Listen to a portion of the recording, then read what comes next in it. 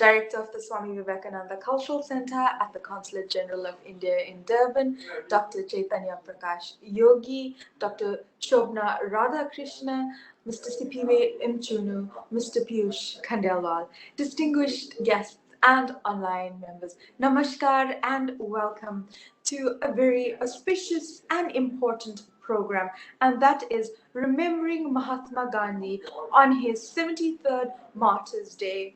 Today we will have a program by Dr. Shobna Radhakrishna, where she will be narrating Gandhiji's tryst with peace.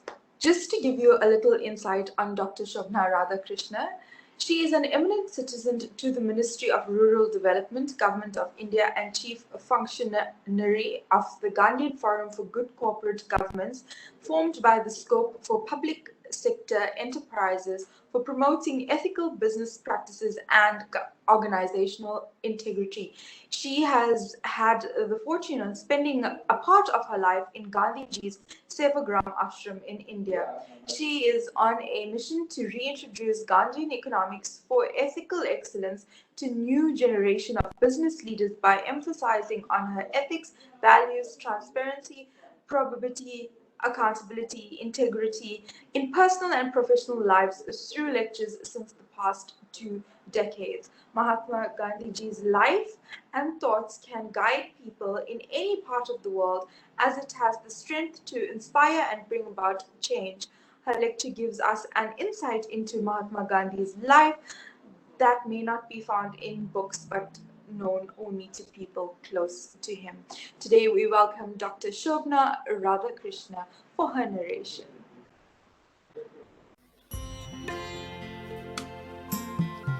Namaskar. I am grateful to all of you who have joined today in paying homage to Mahatma Gandhi on the 73rd Martyrs' Day, when Gandhiji gave his life for the cause of peace and harmony. Mahatma Gandhi's message of peace and compassion resounds with people of all faiths worldwide, as he is a spiritual and political leader of one of the world's most profound and complex cultural traditions. Gandhiji is the greatest apostle of peace the world has seen after Gautam Buddha and Jesus Christ. His notion of peace is focused on tolerance, forgiveness, compassion, oneness, truth force, love force, and soul force through self-suffering and sacrifice. Gandhiji's resonance and impact is felt across the world. Many world leaders have been inspired by him and continue to do so even till today. In all the countries, people have great reverence and respect for Gandhiji. The world today is faced with many kinds of conflicts and diverse types of crises. We see Gandhiji's emphasis on universal brotherhood and peaceful coexistence having an all-time relevance. His teachings are therefore the most upheld principles. In fact, a true testimony of Gandhiji's teachings lies in the fact that mere good ends do not justify bad means. Today in the world, the emphasis is on human dignity and upholding the value of natural justice. There would be no better tribute to Mahatma Gandhi than to rededicate ourselves towards the cause of peace and mutual tolerance. On 30th January 1947, a year before Gandhiji was assassinated, he had said on many occasions to his associates that if I get bedridden due to some disease and die, tell the world that I was not a Mahatma. But if I am on my way to the prayer and someone shoots me from in front and I face the bullets on my chest with Rama's name on my lips and bear no grudge against the person who indulged in this act, then and only then tell the world that I was a true devotee of God. Perhaps he had a premonition when even 2 days before his assassination, Mahatma Gandhi said in his prayer speech that if I am to die by the bullet of a madman, I must do so smiling. God must be in my heart and on my lips, and if anything happens, you are not to shed a single tear. In his last prayer speech held on 29 January 1948, Gandhiji had said, I can only do as God bids. God is the help of the afflicted, but an afflicted person is not God. I have become what I have become at the bidding of God. God will do what He wills. He may take me away. I shall not find peace by going to the Himalayas. I want to find peace in the midst of turmoil, or I want to die in the turmoil. My Himalayas are here. It was his unique credit that, in a world marred by violence and hatred, Mahatma Gandhi stands firm as a man of universal goodwill and a protagonist of peace. What is most striking is that Gandhiji emerged during his lifetime as a torchbearer of peace, and even today, he continues to surprise mankind with his non-violent methods of resolving conflicts. What is stranger still is the resonance of success of his satyagraha that continues to inspire people across the globe. Nonviolence and the message of peace is a familiar word among the world leaders to settle any dispute. It goes without saying that it is never possible to evaluate how much India and the world owes to Gandhiji. For Gandhiji, peace was not an end by itself. Rather, it was only a sort of a means to ensure better welfare for the mankind. Mahatma Gandhi's lifelong quest was in the pursuit of truth. In fact, he even had said that truthfulness is more important than peacefulness. Non cooperation was one of Gandhiji's methods for achieving justice. Freedom and justice were supreme for Gandhiji. The Indian supreme values of ahimsa or nonviolence and compassion were the basis of Gandhiji's philosophy. Practically, he desired solutions for all problems through the means of nonviolence and truth. His ideas based on nonviolence are entirely important in the new world. They are completely relevant today and will remain so in the future as well. Gandhiji had said the very first step in nonviolence is that we cultivate in our daily life, as between ourselves, truthfulness, humility, tolerance, and loving kindness. He demonstrated that peace and nonviolence are the two pillars of any peace process that upholds the humanity. These two are inseparable. He said that for bringing full solutions, the means have to be nonviolent action or protest to settle a dispute through satyagraha. In the Satyagraha, the parties concerned also understand one main fact that there is not a clear winner or clear loser. When the conflict comes to an end, both the parties will have to be peaceful upon agreeing wholeheartedly to the terms of the winning conditions. And this is also the fundamental spirit of humanity. Gandhiji was always touched by the pain of others. The ability to feel the pain of others led him to compassion. Compassion coupled with daya or pity led to the spirit of service or seva. Gandhiji's first and foremost inner calling was to alleviate the suffering of others. This was the inner calling that he identified and invested in it, and serving and helping people to establish their self respect and dignity. He had a keen desire to restore the dignity of all human beings. This reflects beautifully in the shloka which used to be recited in the daily morning and evening prayers in Gandhiji's ashrams. Natvaham kamaye rajyam, na swargam na punarbhavam, kamaye dukkhataptanam, praninam artinashanam. I do not crave for rajya, nor do I want swarga or moksha. I merely want to alleviate the sufferings of people. The greatest degree of inner tranquility came to Gandhiji from the development of love and compassion, non attachment, and non possession. The more we care for the happiness of others, the greater our own sense of well being becomes. Cultivating a close, warm hearted feeling for others automatically puts the mind at ease. This helps remove whatever fears or insecurities we may have and gives us the strength to cope with any obstacles we encounter.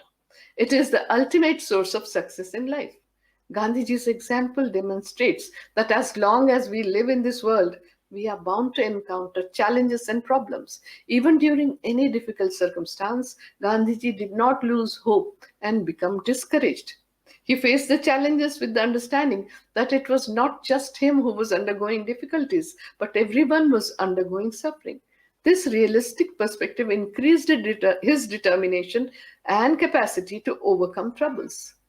Armed with this attitude, For him, each new obstacle became yet another valuable opportunity to improve and overcome challenges.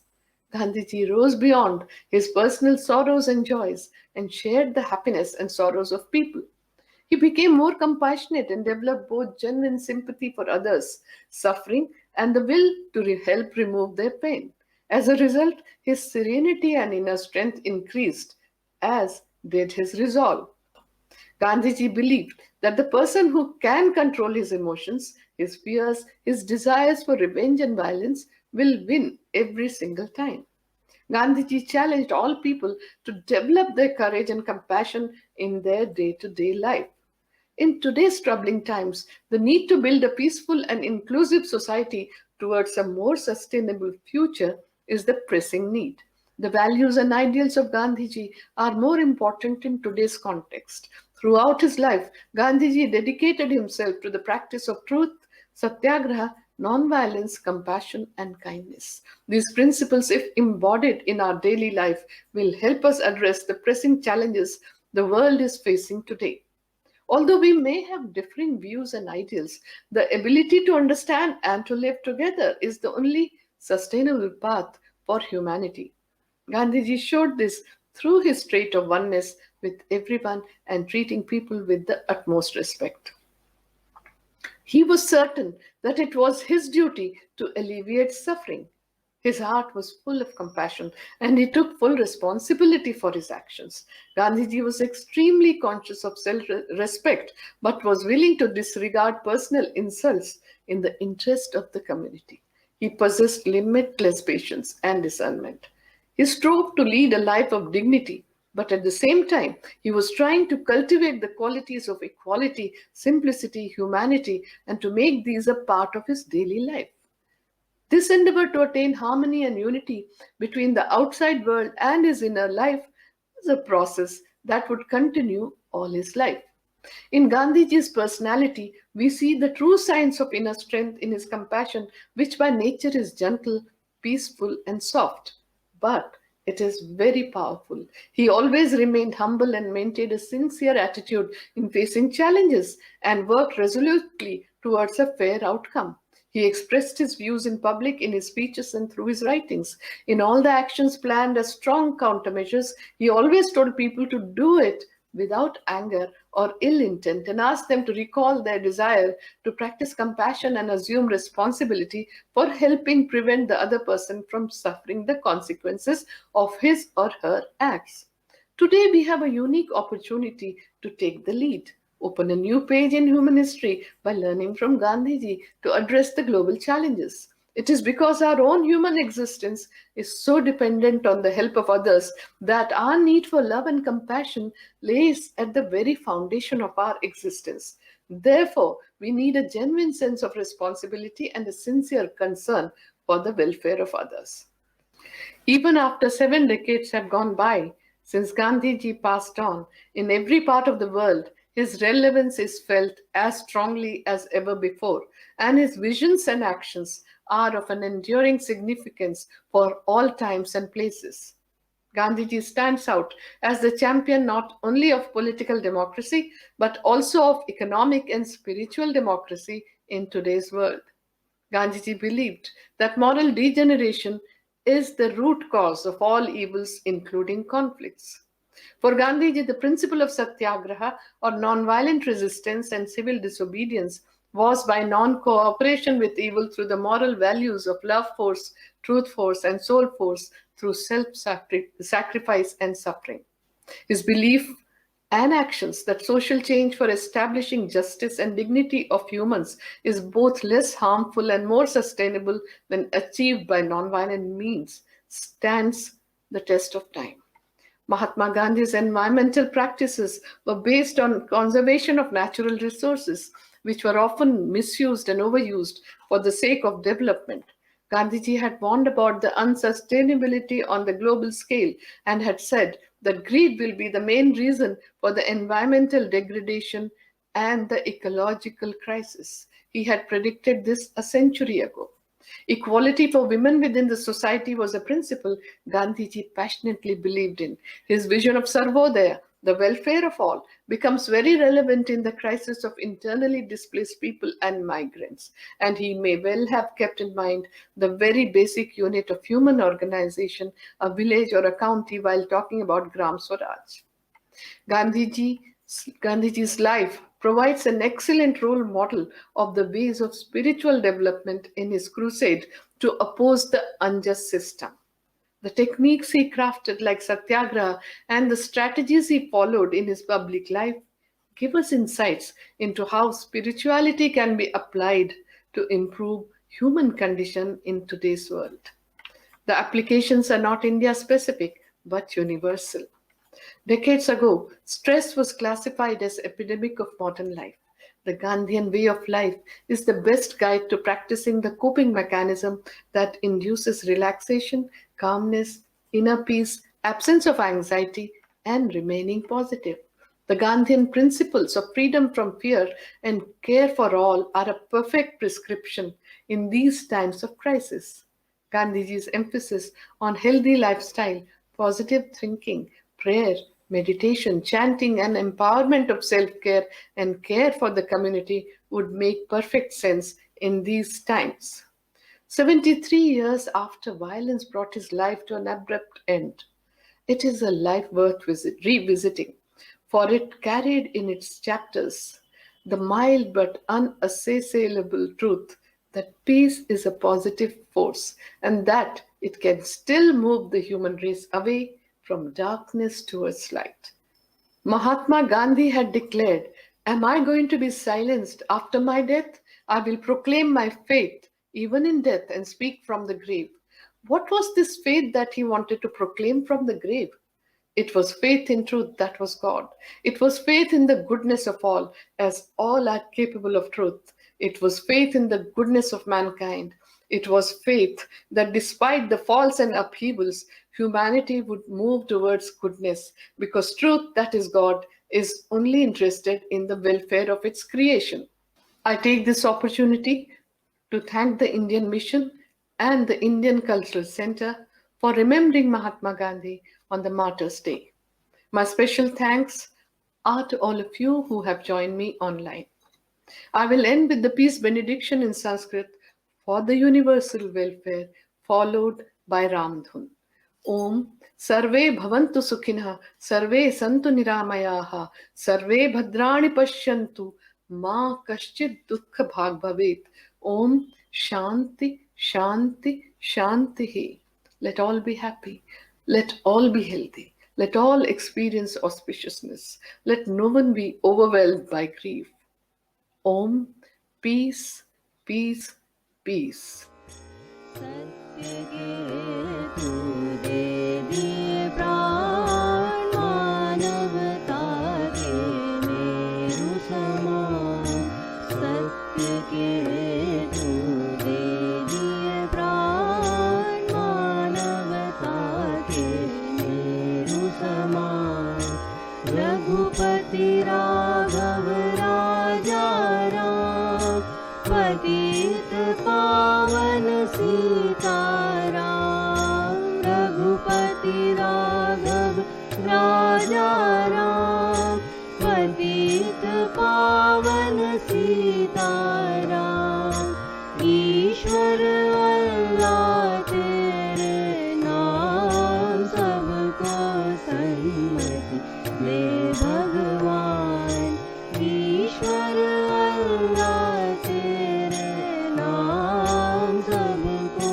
Sanmati दे भगवान रघुपति राघव राजा राम पतित पावन सीताराम रघुपति राघव राजा राम पतित पावन Sitaram. Thank you so much, Dr. Shobna Radhakrishna, for that narration on Mahatma Gandhi's tryst with peace. we've come to the conclusion of today's program. I'd like to now introduce Mr. Sipiwe Mchunu from the Swami Vivekananda Cultural Center at the Consulate General of India in Durban to render this afternoon's vote of thanks. Sipiwe ji. Namaskar. Greetings to all of you. On behalf of Swami Vivekananda Cultural Center at the Consulate General of India in Durban, I am so delighted today to deliver a vote of thanks on today's program, remembering Mahatma Gandhi on his 73rd Martyrs' Day. Now allow me to thank our online guest, Dr. Shobhana Radhakrishna, an international acclaimed speaker on Mahatma Gandhi, for taking part on today's program, remembering Mahatma Gandhi on his 73rd Martyrs' Day. And also allow me to thank Dr. Chaitanya Prakash Yogi, Director at the Swami Vivekananda Cultural Center in Durban, Sristi Harinarayan, Sri Piyush Khandelwal, for making sure that today's program runs very smooth. And also to all those who participated online today, we'd like to say thank you very much for taking a time off on your busy schedule and also decided to be with us this evening. Please visit our Facebook page so that you'll be updated about all Swami Vivekananda cultural program. Once again, to Dr. Shobhana Radhakrishna ji, ma'am, thank you very much. To all of you, have a wonderful evening. Namaskar.